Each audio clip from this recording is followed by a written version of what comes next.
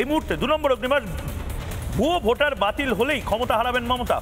ভুয়ো ভোটার বাতিল হলেই ক্ষমতা হারাবেন মমতা। প্রত্যেকের থেকে 30 সেকেন্ড করে প্রতিক্রিয়া নেব। একদম শুরু করব সন্ময় বন্দ্যোপাধ্যায় থেকে। সন্ময় বন্দ্যোপাধ্যায়, মাথায় বাজ পড়ার মতন অবস্থা এখন বিভিন্ন পার্টি অফিসগুলোতে। ভুয়ো ভোটার যদি ক্যান্সেল হয়, মমতা বন্দ্যোপাধ্যায়ের সরকারে থাকাটা মুশকিল হয়ে যেতে পারে। ময়ূক, আমি তোমাকে একটা কথা বলি। সম্প্রতি মমতা বন্দ্যোপাধ্যায় বাংলাদেশের হাই কমিশনের সঙ্গে একটা বৈঠক করেছেন, মনে আছে? ডেপুটি হাই কমিশনার নবান্নে গিয়েছিলেন এবং তার পরের দিনই আমরা দেখেছি তিনি পুশব্যাক পলিসির বিরোধিতায় নেমে গিয়েছিলেন। মোহাম্মদ ইউনূস ভারতবর্ষের পুশব্যাক আনঅফিসিয়াল যে পলিসি, সেটা সাংঘাতিক বিরোধিতা করছেন এবং এ রাজ্যের মুখ্যমন্ত্রী মমতা বন্দ্যোপাধ্যায় বিরোধিতা করছেন। আচ্ছা, পুশব্যাক পলিসিতে মমতা বন্দ্যোপাধ্যায়ের বিরোধিতাটা কেন? এটা আমি আমার মূল প্রশ্ন। এক। দ্বিতীয়ত, বর্ডার সিকিউরিটি ফোর্স, তাকে জাতিশত্রুতে পরিণত করে দিয়েছেন মমতা বন্দ্যোপাধ্যায়। কারণ কি?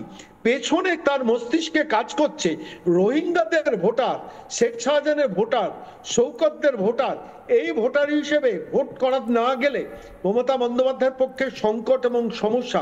আমি বলছি ময়ূক, আজকের দিনে দাঁড়িয়ে বলা উচিত নয়, তাও বলছি, বিহার নির্বাচনে এবার কিন্তু বিরোধীদের কাছে এমন একটা পরীক্ষা, বিহার হারলে কিন্তু পশ্চিমবঙ্গ বিরোধীরা হারাবে, অর্থাৎ কংগ্রেস, সিপিএম, তৃণমূল এই জোট। এবং এটা নিয়ে একটা বড় এপিসোডও করতে হবে। তার কারণ হচ্ছে, অনেকে বলছেন বিহারে যদি প্রশান্ত কিশোর আসে তাহলে পশ্চিমবঙ্গে মমতা বন্দ্যোপাধ্যায় আসবেন, কিন্তু বিহারে যদি এবার বিজেপি আসে, পশ্চিমবঙ্গে বিজেপি আসার একটা বড় সম্ভাবনা তৈরি হয়ে যাচ্ছে। এটা নিয়ে আমরা অন্য একটা এপিসোড করবো, কিন্তু এই মুহূর্তে প্রসূন মৈত্র, কোথাও কি মনে হচ্ছে যে এই 2-3% ভোটের এদিক ওদিক যদি হয়ে যায়, এই ভুয়ো ভোটার, রোহিঙ্গা ভোটার, এদের যদি সত্যি নামটা বাতিল হয়ে যায়, মমতা বন্দ্যোপাধ্যায়ের এই গোটা ভোটটা, একটা ভুয়ো ভোটটার পার্সেন্টেজ যেতেও তৃণমূলের কাছে, গোটাটা মমতা বন্দ্যোপাধ্যায়ের লস।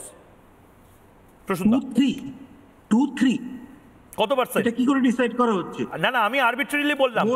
আমার তো আপনি কি কত মোর দেন 10% ভোট, 10% ভোট একটা রাজ্যে যদি ভুয়ো ভোটারের হয়, তাহলে আর এর থেকে দুর্ভাগ্যজনক গণতন্ত্রের জন্য কিছু হতে পারে না। বলুন। হতে পারে না, অবশ্যই হতে পারে না, কিন্তু তবুও আমি বলবো, মানে ইংরেজিতে একটা কথা আছে, don't count your chicken before they hatch.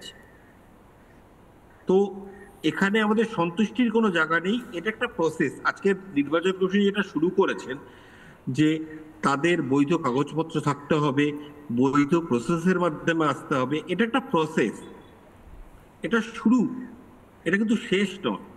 তো আমরা বিহার দেখে যদি উৎফুল্ল হয়ে যাই, পশ্চিমবঙ্গ আমাদের দারুণ আচ্ছে দিন আসছে, এটা কিন্তু ঠিক হবে না। আত্মতুষ্টির কোনো জায়গা নেই এখানে। মানে বাংলা একটা খুব ভালো প্রবাদ আছে, জোচ্চুরির বাড়ির নেমন্তন্ন না আচালে বিশ্বাস নেই। তো যতক্ষণ না আচাচ্ছি ততক্ষণ কিন্তু আমাদের বিশ্বাস করা উচিত নয়। তবে যারা 2-3% বা 5% ভেবে আত্মতুষ্টিতে, সৌরভকে বলতে চাই, আজকে সৌরভের ছেলে মেয়ে এটা কোন দুনিয়ায় থাকবে যেখানে বোরখা হিজাব বাধ্যতামূলক হবে? সৌরভ চায় সেটা? বেশ, সৌরভদা, আমি আবারও বলছি, না 30 সেকেন্ডের বেশি, 1 মিনিটই না হয় বলুন, কিন্তু আমাকে একটা জিনিস বলুন। প্রসূনদা বলছেন 10% ভোট আপনাদের ভোট ব্যাংকের হচ্ছে ভুয়ো ভোটার। তার মধ্যে রোহিঙ্গা থাকতে পারে, তার মধ্যে অনুপ্রবেশকারী থাকতে পারে, এমন ভোটারও থাকতে পারে যারা আমরা রিপাবলিক বাংলা লঞ্চ হওয়ার সময় দেখিয়েছিলাম, ওপার বাংলা থেকে এপার বাংলায় ভোট দিয়ে আবার চলে যাচ্ছে। এটা তো মমতা ব্যানার্জিও বলেছিল। দাদা আমি বলি, সেটা হচ্ছে যে যদি ভুয়ো ভোটার থাকে, মমতা বন্দ্যোপাধ্যায় প্রথম বলেছে যেখানে যা ভুয়ো ভোটার আছে নির্বাচন কমিশন ব্যবস্থা নিক, তাদেরকে বাদ দিয়ে দিক। আবার সুপ্রিম কোর্টে যাচ্ছে বলছি। এটা তো কারণটা বললাম, এটা নিয়ে আবার কারণ ডিবেটে আসছো কেন? সুপ্রিম কোর্টে গেছে কি জন্য গেছে, কারণগুলো বললাম।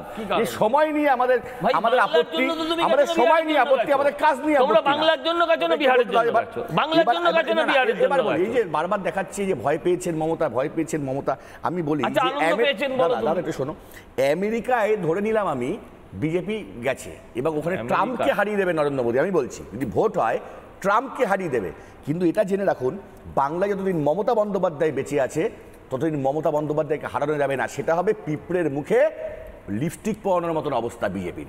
যতদিন মমতা বন্দ্যোপাধ্যায় বেঁচে আছে, মমতা বন্দ্যোপাধ্যায়কে হারানোর ক্ষমতা পৃথিবীর কারণ নেই, মোদির তো নয়।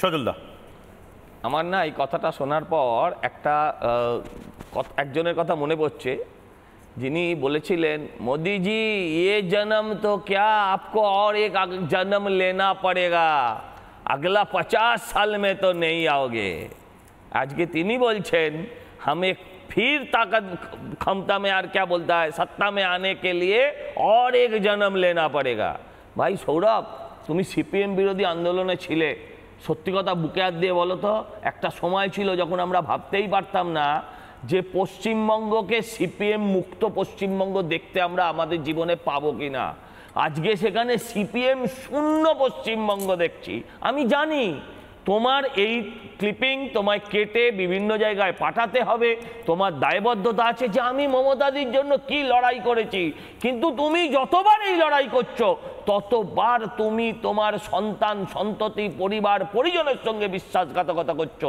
তোমাকে ঠিক করে নিতে হবে তুমি কার পক্ষে কার বিপক্ষে সময় শেষ নানা ধরনের কন্টেন্ট দেখার জন্য লাইক করুন শেয়ার করুন আমাদের ফেসবুক পেজ সাবস্ক্রাইব করুন আমাদের ইউটিউব চ্যানেল পাশাপাশি অন্যান্য ব্রেকিং নিউজের জন্য অবশ্যই চোখ রাখুন রিপাবলিক বাংলায়।